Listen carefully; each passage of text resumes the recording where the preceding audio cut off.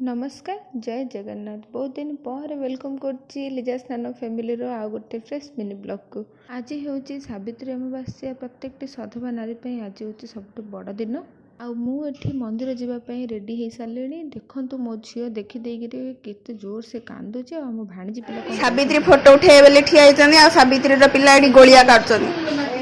आउे से बहुत जोर रागुली।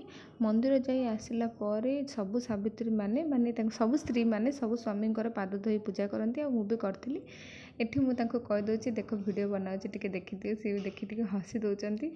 आउे मंदिर पूजा होगी आसवा शंखा सिंदूर ये मत पिंधे दौरान। सबुदिन तो प्राय आमे ही पिंधु किंतु स्वामी हाथ शंखा सिंदूर पिंधार अनुभूति किसी अलग ही थाए। आउ ए सब या करने को बहुत पसंद। आउ ये सब बहुत मानती। ये सब सरला सी मत मंदिर आसवा पादक दे देते। मुझे पादक सारी देती।